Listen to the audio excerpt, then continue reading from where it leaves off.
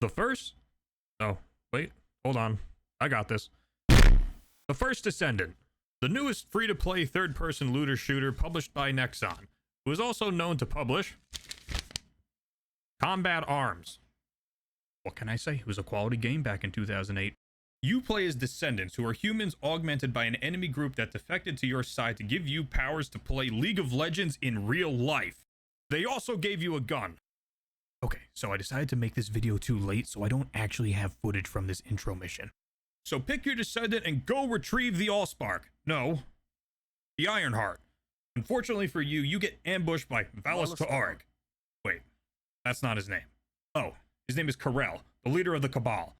The ground starts to break and he drops a boss on you. You beat it and you go on your merry way to the main part of the game. So basically, this is a third-person Destiny with more abilities, a dodge roll, no sliding, which is disappointing, but everyone has a grappling hook. Neat! You don't have classes, but each Descendant falls into a role, so it isn't so different. You got your damage dealers, your supports, your tanks, etc.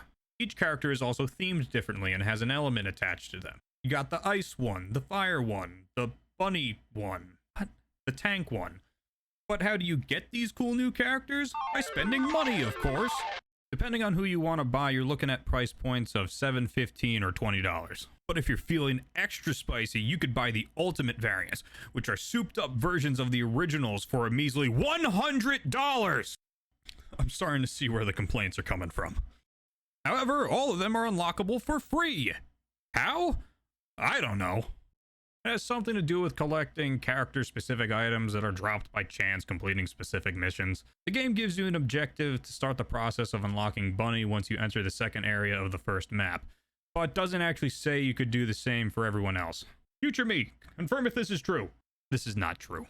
The tutorial screen tells you to visit this person in Albion. It functions on Warframe's bullshit and takes time to research each part before researching the actual person. So you're looking at a good 3 to 7 business days of research alone per Descendant. Well, we have a mission to complete. Normal missions are started by using these beacons similar to Destiny patrols, and once you start one, they are open to the public, meaning if somebody already started the mission in your server, you can join in, help, and get all the rewards. Each of these take like 3 to 5 minutes tops. Then you have your strike type missions, which you walk up and activate as well, but it lets you choose to have a closed party or find some randies to help. These take like 10 minutes or so.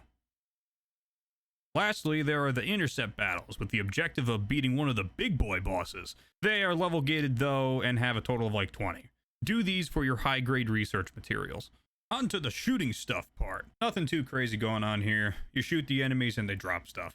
Health, mana, ammo, and other consumables / currencies, shit like that. You got assault rifles, machine guns, submachine guns, handguns, hand cannons, scout rifles, burst rifles, beam rifles, shotguns, snipers, and launchers. Each in their own respective ammo types. They also have rarities, normal, rare, ultimate, and Transcendent's got nothing to show. Don't know what's going on here. I like the fact that there are no extra common variants to each weapon type, so there's no fluff. The rare weapons have a few different named guns per category, though what their differences are, I do not know. Aspects can also be applied, but the only ones that come with one by default are the ultimates, which you also have to research. So far, I haven't found anything wrong with the XP-based progression. Each Descendant's level is separate from each other because the level is specifically tied to their general stat scaling as well as leveling up their abilities at set intervals. They also have a mastery level that gives bonus stats like inventory spaces and augment slots. However, when available, you have to return to the home world to level this up, even though it looks like you could do it from the menu. Why is it like this? Whatever.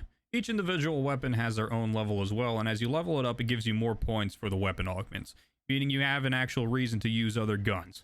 Oh, who am I kidding? You'll probably just use whatever's most overpowered at the moment. Oh well. In my first 5 hours of the game, none of these leveling systems seemed too tedious. After about 6 hours of game time, I could say that the game is fun to play. The amount of time per engagement is good enough that they don't feel drawn out. Some of the bosses are a bit spongy, but it isn't too bad.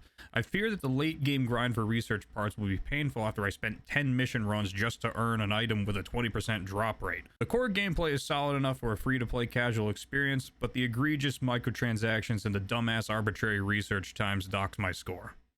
6 out of 10.